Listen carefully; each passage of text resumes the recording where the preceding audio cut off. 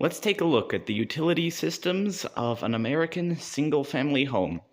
By utility systems, I mean stuff like heating, cooling, water, stuff like that.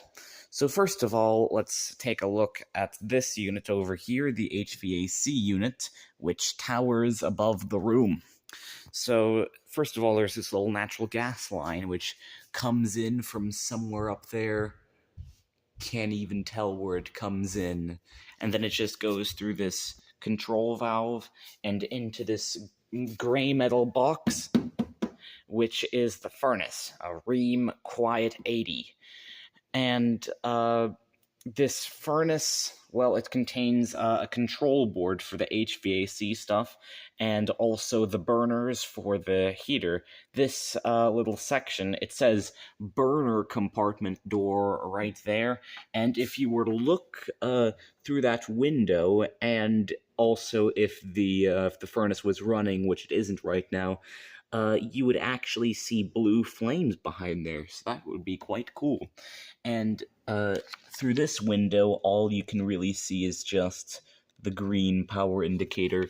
And then this is the efficiency label. This model right here is actually one of the least efficient of similar things. Then here are all the warnings and stuff.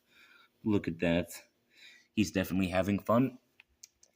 And, of course, this one right here is a galvanized steel pipe, which just leads up and out over there. This is the exhaust from the furnace.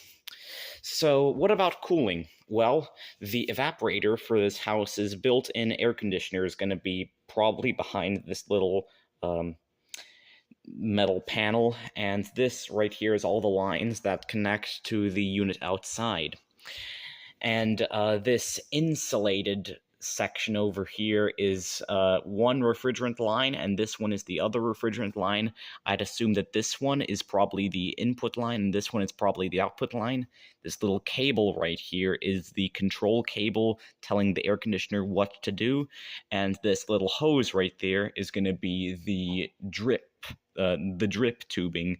And I'd assume it's because stuff in here, well, of course, water condenses on the evaporator coils and it has to go somewhere.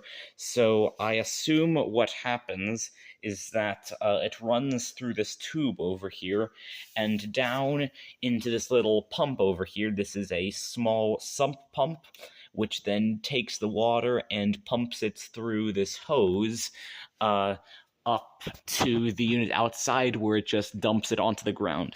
And if you actually look in there, you can see that there is water in there right now.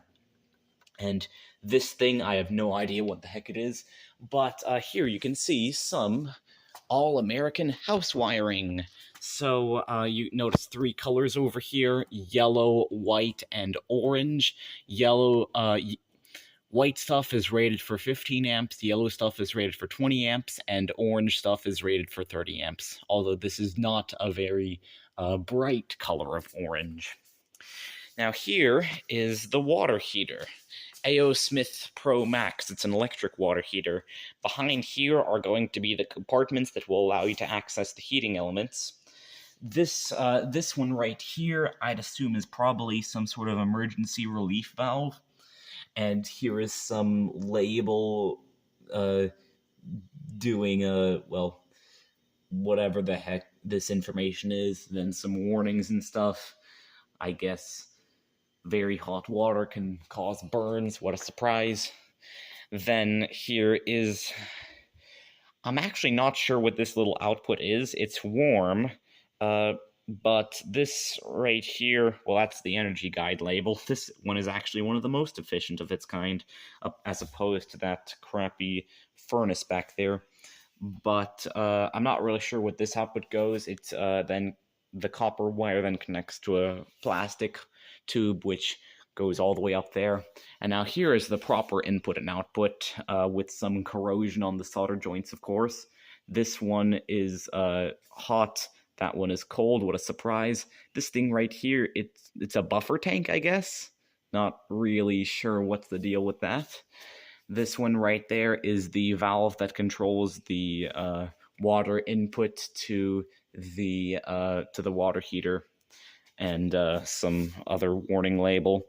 And some of these plugs over here, these ones are probably from manufacturer to fill in the insulation.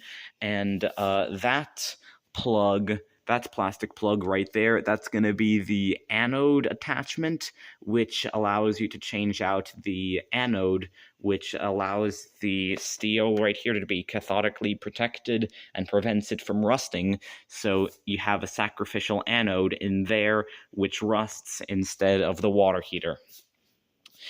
And there's, of course, some more copper piping, which just leads to some random places in the ceiling. And here is just a boring washing machine connected up to some water taps and stuff over there. Anyway, that is about it for some all-American utilities.